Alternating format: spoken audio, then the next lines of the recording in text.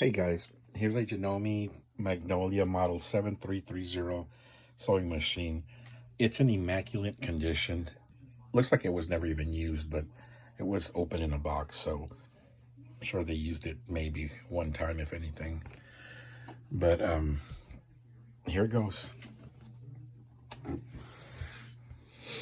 Okay, FYI, it's not flashing in the in person, but it is. Looks like it's flashing in the video for some reason. But I don't know if it's the lighting or the video, the lens or what, but it is not flashing, FYI. But here's the speed right here. That's a slow speed.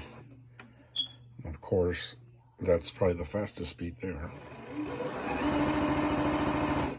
And then, of course, anything in between.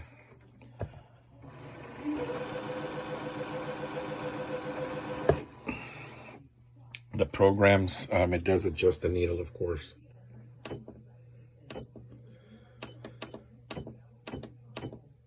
And again, it's not flashing in person, but I'll show better pictures of the condition with the photos. Any question, guys, let me know. Thanks.